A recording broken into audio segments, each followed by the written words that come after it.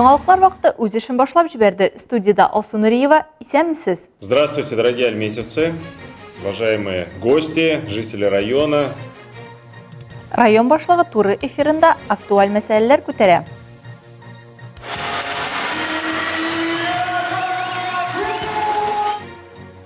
Бүген Бөтен Россия хоккей көне. Сумма налогов уменьшается на сумму страховых взносов. Патент системасы буенча салым суммасын түләүнең тиздән вакыты чыга. Бүген Әлмәт иҗтимагый үзәгендә урнашкан әлеге ресторанда 11 тулганда янгын сөндерү хезмәтенә хәбәр килә. Янгын сөндерүчеләр килеп җиткәнче бинадан кешеләр чыгарыла. Бинада янгын булмый. Әлмәт районы буенча күзәтчелек эшчәнлеге һәм профилактик эшләр бүлеге башлыгы вазифаларын вакытлыча башкаручы Рауль Хөсәенов сүзләренчә, төтен чыгуның сәбәбе билгеле түгел. Төгәл җавап тикшерүләр узгач кына билгеле булачак. 10 часов 58 минут пришло сообщение о задымлении на 4-м этаже общественного центра, расположенном по улице Ленина, города Альметьевск. До прибытия 10 сәгать 58 минутта Әлмәт шәһәренең Ленин урамы буенча урнашкан иҗтимагый үзәкнең 4-нче катында төтен чыгу турында хәбәр килде. Беренче янгын коткару бүлекчәләре килгәнче бинадан 20 кеше эвакуацияләнде. Янгын сүндерелде, зыян күрүчеләр, һәлак булучылар юк. Янгынның сәбәпләре ачыклана. Төрле сәбәпләр карала, әмма соңгы нәтиҗә үткәрелгән тикшерүләрдән соң гына билгеле булачак. Пожар разные рассматривается, но конечный результат будет известен после всех проведенных проверок. Район башлыгы үзенең Instagram аккаунтында чираттагы туры эфирын үткәрде. Эфир кунагы Әлмәт газ оешмасы җитәкчесе Ойрат Юсупов. Эфирның төп темалары вакцинация һәм торак йортларны газлаштыру. Тулырак алдагы материалда. Здравствуйте, дорогие альметьевцы. Район башлыгы Тимур Нагуманов үз аккаунтында уздырган эфирда төп темаларның берсе таҗлы вирус хакында мәгълүмат. Тимур Нагуманов тагын бер кат вируска каршы көрәшнең нәтиҗәле ысулы вакцинация булуын искәртте. Бүгенге көндә районда вакцинацияләнергә тиешле 18 яшьтән өлкәнрәк кешеләрнең гомуми саны 115572 тәшкил итә. Кемнәр әле өлгермәгән вакцинацияне калабыз хастаханәләрендә, поликлиникаларда, прививка өчен билгеләнгән махсус нокталарда эшләргә була. Мы уже четко понимаем, что происходит с людьми после вакцинации, какие последствия. Без вакцинациядан соң кешеләр белән ни булганын, нинди нәтиҗәләр булуын төгәл аңлыйбыз. Бүген вакцинациядан соң җитди проблемалар килеп чыккан бер генә очрак та юк дип кыю рәвештә әйтергә була. Кем әле һаман прививка ясатмаган, моны кыю рәвештә эшли аласыз. Кто еще до сих пор не привился, можете смело это делать. Эфирның икенче өлешендә эфир кунагы Әлмәт газ оешмасы җитәкчесе Ойрат Юсупов кушылды. Ул торак йортларны газлаштыру программасы турында сөйләде. Әгәр сез җирегездә йорт төзеп, аны газ белән тәэмин итәргә телисез икән, ул һичшиксез теркәлгән булырга тиеш. Моның өчен җирне һәм йортны милеккә рәсмиләштерү зарур. Йорт, ягъни аның төп өлеше төзелеп бетәргә тиеш. Түбә ябылган, тәрәзәләр монтажланган һәм ишекләр куелган. Шуннан соң махсус сайтка кирергә кирәк. Ну, можно на самом деле набрать в поисковике сайт единого оператора газификации или просто Асылда эзләү җирендә газлаштыруның бердәм оператор дип язып эзләп табарга була. connectgaz.ru сайты. Бу сайтта гади инструкция бар. Шунда сез гариза тутырасыз. Аны тутыру өчен сезнең торак пункт газлаштырылган торак пунктлар исемлегендә булырга тиеш. заполнить.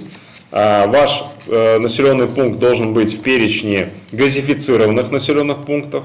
Гариза биргәннән соң Газпром гаризаны эшкәртүгә ала. Газ үткәргеч урам буенча да җир участогы чигенә кадәр да төзеләчәк. Җир участогы чигеннән үз йортына кадәр һәркем мөстәкыйль эш башкара. Газификация самого дома – это уже тоже забота ваша. Йортны газлаштыру бу инде сезнең эшегез. Ягъни газ җиһазларын сатып алу, радиаторларны монтажлау һәм башкалар. Әмма зур проблема булган иң кыйммәтле өлеше аерым алганда урсалы һәм түбән мактамада. Аны Газпром үз өстенә ала. Участком в Нижнем Актаме, а ее Газпром берет на себя.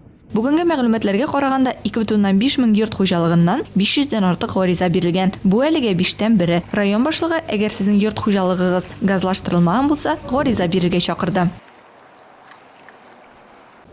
Безнең илгә килгән чит ил гражданнары QR код алу мөмкинлегеннән мәхрүм. Бу хакта Татарстанның сәламәтлек саклау министры урынбасары Владимир Жаворонков ковид белән көрәш оперштабының туры эфиры вакытында белдерде. Илебезгә килүчеләр үз сәламәтлекләре хакында алдан кайгыртырга тиеш, чөнки вирусны юлда да йоктырырга мөмкин, диде ул.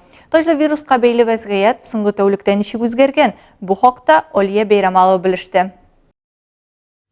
Узган тәүлектә Татарстанда 235 яңа коронавирус инфекция очрагы ачыкланган. 3 кешене республикадан читтә, калганнары элемтә юлы белән йоктырганнар. 75 кеше хастаханәгә урнаштырылды. 164 кеше өйдә дәвалана. 235 очракның 107-се Казанга, 34-е Яшел Үзән районында, 25-е Ярчаллыга туры килгән. Шүпрәле районында 12 кеше, Биектау районында 9 кеше зарарланган. Балык бистәсе һәм Зәй районнарында бер көн эчендә 6 кеше авырган. 5 пациент Саба районы территориясында, 4 пациент Апас, Орша, Әтнә, Балташ районнарынан ачыкланган. 3 инфекциялы кеше Кукмара һәм Тәтеш районнарында яши, 2-се Камы Тамага һәм Тукай районнарында. Алабуга, Лаеш, Минзәлә, Нурлат һәм Ютаз районнарында бер очрак расланган. Шулай итеп, пандемия башланганнан бирле республикада коронавирус йогышы диагнозы 38288 тапкыр куелган. 31786 пациент индеттерелгән, аларның 282-се узган тәүлектә. Беренче вакцинацияны 2,47,692 Татарстанлы, 1,05,550,698 2 прививка ясаткан. Шуларның 115,572-се Әлмәт районына туры килә. Алия Байрамалова, яңалыклар вакыты, Луч Әлмәт телекомпаниясе. Башка темаларга. 2021 елның 1 гыйнварыннан эшмәкәрләргә яңа закон буенча ЕНВД салым режимын алыштырырга туры килде. ЕНВД салым режимы гамәлдән чыгару белән бәйле рәвештә патент системасын шактый үзгәртеп, ЕНВДга максималь якынайттылар. Мәйданы буенча чикләүләрне 150 метрга кадәр арттырып, иминiyet взносларын исәпләргә рөхсәт иттеләр. Бүген салым инспекциясе патент системасы буенча салым суммасын түләүнең соңгы вакыты җитүен искә төшерә. Түләү вакыты патент гамәлдә булу срогына бәйле. Патентны 6 айга кадәр патенттың гамәлдә булу срогы дәвамында түләргә мөмкин. 6 айдан 12 айга алынган булса, айга 2 түләү белән түләү мөмкин. 3тән 1 суммасын патент гамәлдә була башлаганнан соң 90 календарь көн эчендә һәм 3тән 2 суммасын патент гамәлдә булу срогы беткәнчә. Одновременно сообщаем, что сумма налога уплатить. Бер үк вакытта шунда хәбәр итәбез. Патент куллану белән бәйле рәвештә түләнә торган салым суммасы әлеге салым чорында түләнгән иминiyet взнослары суммасына кими. В налоговом периоде. Бу мәҗбүри пенсия иминияте вакытлыча эшкә яраксызлык очрагына һәм ана булу сәбәпле мәҗбүри социаль иминиятләштерү, җитештерүдә бәхетсезлек очракларыннан һәм һөнәри авырулардан мәҗбүри социаль иминиятләштерү взнослары. Моның өчен салым түләүче сыйфатында исәпкә кую урыны буенча салым органына патент буенча салым суммасын киметү турында хәбәрнамә җибәрергә кирәк. Также сообщаем, что продление срока действия Шулай хәбәр итәбез. Бирелгән патентның гамәлдә булу вакытын озайту каралмаган. Патент куллануны дәвам иткән шартта 2022 елда индивидуаль эшкуарга патент алу өчен салым органына патент куллана башлаганчы 10 көннән дә соңга калмыйча, ягъни 17 декабрьгә кадәр гариза бирергә кирәк. То есть до 17 декабря. 2021 елда Татарстанда кеше хукуклары буенча вәкаләтле вәкилнең дәүләт органнары җитәкчеләре белән бергәләп гражданнарны кабул итү практикасы дәвам итә. 2021 елның 10 декабрендә 14 сәгатьтән 16 сәгатькә кадәр Казан шәһәре Карл Маркс урамы 61 йорт адресында урнашкан Татарстанда кеше хукуклары буенча вәкаләтле вәкил аппаратында чираттагы шундый кабул итү була. Сәрия Сабурская һәм Олег Доминовка мөрәҗәгать итәргә теләүчеләргә 843-236-41-80 телефоны буенча алдан язылырга һәм билгеләнгән вакытка вәкаләтле вәкилнең җәмәгать ярдәмчесе кабул итү бүлмәсенә яисә Татарстан Республикасында кеше хукуклары буенча вәкаләтле вәкил аппаратына килергә кирәк. Үз сорауларыгызны шулай ук Skype программасы аша да бирергә була. Ә хәзер кыска вакытлы рекламага бүленәчәкбез. Аның артыннан ук безнең эфирда. ВИЧ-инфекция – такое заболевание, которое достаточно хитрое, и оно может длительное время никак не проявляться. Бүтән дөнья СПИДка каршы көрәш көнендә Әлмәт халкы ВИЧка тест тапшыра алды. Бу выставкалар халык өчен, балалар өчен, зурлар өчен, безнең өчен, художниклар өчен тоже бик файдалы. Ознакайда авангардчы рәссамнарның иҗаты яктыртылды.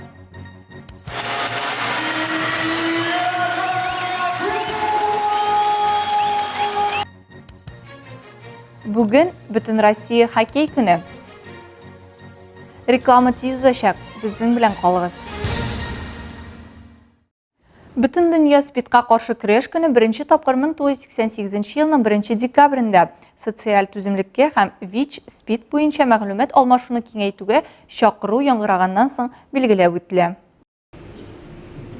Бүтін дөньяда бу көнне бу эпидемияның кешелек яшәешенә нинди куркыныч тудыруы турында сөйлиләр һәм профилактика чаралары тәкъдим итәләр.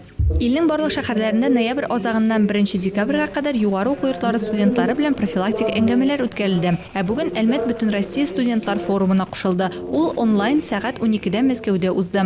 Яшьләр үзәгендә лекциягә 100гә якын студент җыелды. Чара Панорама Сәүдә үзәгендә дәвам итте. Биредә теләгән һәр кеше ВИЧ буенча тестны бушлай тапшыра алды. Сәүдә үзәгенең 3нче катында ВИЧка экспресс-тест үткәрүнең махсус мобиль пункты оештырылды. Нәтиҗә 10 минут эчендә билгеле булды. Барлык теләүчеләр шулай ук белгеч консультациясын алдылар. Үз зарарларының куркынычын бәяли һәм ВИЧ профилактикасы буенча әдәбият ала алдылар. Әлмәт районы буенча пандемия башланганнан бирле 2503 авырый торган кеше ачыкланган. ВИЧ йогышы белән яшәүче 1253 кеше СПИД үзәге күзәтчелегендә тора. Әмма бу сан атна саен үзгәрә. Вообще ВИЧ-инфекция это такое заболевание, которое достаточно хитрое, и оно может длительное время никак не проявляться. То есть человек может ходить и не знать о том, что есть у него вирус. И даже забыть о какой-то ситуации, которая была в его жизни и привела к заражению, но когда-то она была, а потом уже ходит 2-3 года, кто-то ходит, не знаю. Поэтому каждому взрослому человеку и даже подросткам, тем, у кого есть уже какие-то отношения интимного характера, да, кто когда-то пробовал наркотики, мы, конечно, всегда говорим, что ни в коем случае этого делать нельзя. Но ситуации в жизни бывает. Поэтому мы рекомендуем сдавать минимум 1 раз в год этот тест. ЮХИДИ инспекторлары мәктәпкәчә яшьтәге балалар, мәктәп укучылары һәм аларның әти-әниләре белән профилактик очрашулар үткәрүне дәвам итә. Мондый чараларның максаты юл транспорт һәлакәтләрен булдырмый калу. Алия Бәйрәмалова дәвам итә. 21 урта мәктәптә 7нче сыйныф командалары арасында юл йөрү кагыйдәләре буенча викторина узды. Балалар сорауларга җавап бирделәр, табышмаклар, кроссвордлар, юл билгеләре турында ребуслар чиштеләр. Шулай ук алар юл йөрү кагыйдәләре буенча бурычларын билгеләп, юлда үз-үзеңне тоту буенча үз белемнәре белән уртаклаштылар. Аннан соң укучылар белән балалар юл транспорт имгәнүләрен профилактикалау темасына әңгәмә үткәрелде. Тематик фильмнар күрсәтелде. Барлык катнашучыларга да истәлекле бүләкләр тапшырылды. Ләйсән балалар бакчасының Зорлар төркемендә балалар өчен юл билгеләре иленә сәяхәт дип исемләнгән күңел ачу чарасы үткәрелде. Чараның максаты мәктәпкәчә яшьтәге балаларны юлда үз-үзеңне тотуның тотрыклы күнекмәләрен формалаштыру өчен шартлар тудыру, балалар юлда куркынычсызлык кагыйдәләре, транспорт чараларының төрләре, юл билгеләре, юл йөрү төрләре, светофор сигналлары турында белемнәрен ныгыттылар. Юлда куркынычсызлык кагыйдәләре турында җырлар җырладылар. Шигырьләр укыдылар. Күңелле светофор биюе башкардылар. Балалар файдалы вакыт үткәрделәр. Бик күп уңай тәэсир алдылар. Аларга истәлекле бүләкләр тапшырылды. 56 номерлы Крепиш балалар бакчасында светофор утлары кабызабыз исемле уен узды. Чараның максаты булып балаларның юл транспорт имгәнүләрен кисәтү торды. Балалар әкият герое белән бергә юл хәрәкәте кагыйдәләре иленә мавыктыргыч сәяхәткә киттеләр.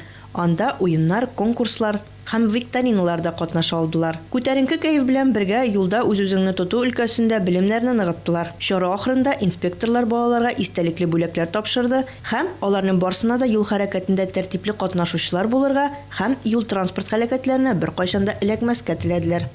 6 номерлы Жар птица балалар бакчасында әтиләр советы утырышы узды. Очрашуның максаты әти-әниләрнең юл йөрү кагыйдәләре буенча һәм юл транспорт һәлакәтләре профилактикалау буенча белемнәрен арттыру. Ата-аналар һәм кунаклар алдында балалар бакчасында тәрбияләнүчеләр чыгыш ясадылар, юл йөрү кагыйдәләре буенча яхшы белемнәр күрсәттеләр. Шуннан соң әтиләр уен формасында тизләтелгән куркынычсыз, авариясыз һәм җаваплы юлда үз-үзеңне тоту курсы уздылар. Шулай ук юл хәрәкәтендә катнашучыларның барысының да куркынычсызлыгы белән бәйле мәсьәләләр буенча фикер алыштылар һәм юл хәрәкәте кагыйдәләренең кайбер таләпләрен аңлаттылар. Чара ахырында очрашуда катнашучылар тематик фильмнар карадылар. Барлык катнашучыларга да блокнотлар тапшырылды. Алия Бәйрәмалова, яңалыклар вакыты, Луч, Әлмәт телекомпаниясе. Азнакай шәһәренең Төбәкне өйрәнү музеенда чаллы рәссамнарының күргәзмәсе ачылды. Әлеге күргәзмәдә авангардчы рәссамнарның иҗаты яктыртылган иде. Илмира Шәрифуллина тулырак. Әлеге күргәзмә рәссам авангардчылар иҗатыннан тора. Кемнәр соң ул авангардчылар? Авангардчылар юнәлеше абстракт төшенчәдән, ягъни реаль чынбарлыктан ерак тора. Күргәзмәгә дә метафизик стильдәге картиналар эленгән иде. Кемдер аны аңларга тырышып мәгънә эзләргә омтыла. Әмма аны аңларга түгел, тоярга кирәк. Шулай булгач, бу выставкалар халык өчен, балалар өчен, зурлар өчен, безнең өчен, художниклар өчен тоже бик файдалы. Без алардан соң какой-то бодрость, заряд алабыз. Картиналар күргәзмәсендә Россия рәссамнар берлегенең Шаллы бүлеге рәисе Ленар Әхмәтов, Татарстанның атказанган сәнгать эшлеклесе Хәмзә Шәрипов, халык рәссамы Мадияр Хаҗиев катнашып, күргәзмәне оештыручыларга рәхмәт сүзләрен җиткерделәр. Менә бу хәлдә хәзер сәнгать үзенчә бик зур ярдәм китерә ала.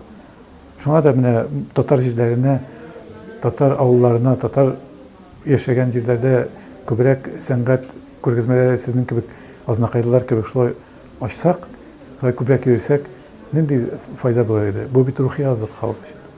Авангардчыларның иҗатлары белән танышкан рәсем сәнгатен сөючеләргә, җирле рәссамнарга алар әлеге юнәлешнең нечкәлекләрен, картина язу серләрен дә төшендерделәр. Илмира Шәрифуллина, Рөстәм Әкбәров, Яңалыклар вакытта, Улуш, Әлмәт телекомпаниясе.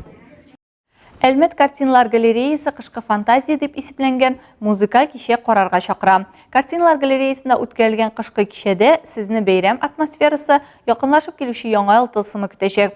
Чара үсеп килүче йолдызлар, беренче балалар музыка мәктәбе укучылары һәм Фәрит Яруллин исемендәге Әлмәт музыка күллияте студентлары тарафыннан оештырылган. Күңелләрне җылытучы әкияти музыкаль кичә 2 декабрьдә 17 сәгать 30 минутта Нефтяник мәдәният йорты, Ленин урамы 98 адресы буенча узачак. Галереяга керү өчен QR-код булу кирәк. Бүген 1 декабрь бөтен Россия хоккей көне. Беренче тапкыр бәйрәмне 2007 елда Россия хоккей федерациясе президенты Владислав Третьяк инициативасы белән билгеләп үтәләр. Безнең төбәктә дә хоккейга зур урын бирелә. Хоккей яратучылар өчен булдырылган мөмкинлекләр өчен без нефтчеләргә рәхмәтле. Республиканың көньяк-көнчыгышында хоккейга аерым игътибар бирелә. Әлмәттә кечкенә яшьтән үк бала әлеге спорт төре белән шөгыльләнсен өчен барлык шартларда тудырылган. Мәктәптә профессиональ хоккей белән 500-дән артык бала шөгыльләнә. Булачак МХЛ һәм ВХЛ уенчыларын Нефтяник хоккей әзерләү үзәгендә әзерлиләр. Август башында Әлмәткә килгәндә Акбарс хоккей командасы капитаны Данис Зарипов алар вакытында мондый шартлар булмаганны билгеләп үтте. Хочу, ребят, в первую очередь пожелать вам. Беренче чиратта сезгә менә шу шартларны тормышыгызның иң кызыклы вакытын заяга уздырмаска һәм һөнәри карьерагыз каршысына бу адымнарыгызны ясагыз, мондый шәп шартларда тулысынча бирелүегезне телисе килә.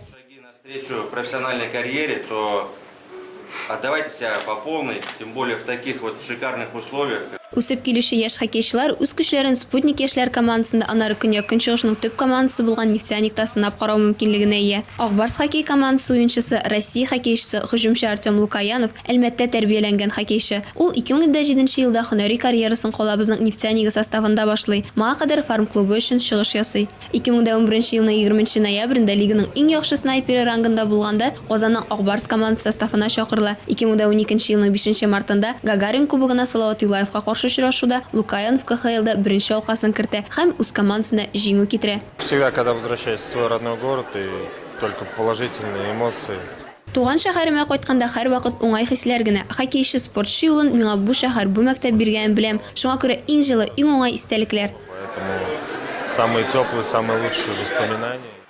Көньяк-көнчыгышта үстерелә торган хоккейның тагын бер юнәлеше хәвәскәрләр арасында шәһәр һәм авылларда җәелдерелгән яшүсмерләр хоккейы. Бу да Татарстан нефтчеләренең ярдәме нәтиҗәсе. 2 дистә ел дәвамында хоккей тартмашыклары төбәгебезнең барлык авылларында да диярлек төзелде. Спорт выше достижений, в том числе и хоккей, это все благодаря Татнефти. Югары казанышлар спорты шул исәптән хоккей да булар барысы да Татнефть ярдәме белән. Наил Өлфәт улы Мәганов, безнең генераль директор, ул Акбарс хоккей клубы президенты, Татарстан Республикасы хоккей федерациясе җитәкчесе һәм бүген безнең республикада ишегалды хоккей, балалар хоккее, яшьләр хоккее, Акбарс һәм нефтче осталары командалары белән төзелгән бу вертикаль бүген тулысынча Татнефть компаниясе патронажы астында. Сегодня полностью под патронажем компании Татнефть. Әлмәтлеләр өчен хоккей аерым урын били. Бездә нефтчеләр ярдәме белән хәвәскәр хоккейчыларга да, профессиональ хоккейчыларга да үсәргә мөмкинлек тудырылган. Лина Хәсән, Шнайдер Кабиров, Яңалыклар вакыты, Луч, Әлмәт телекомпаниясе.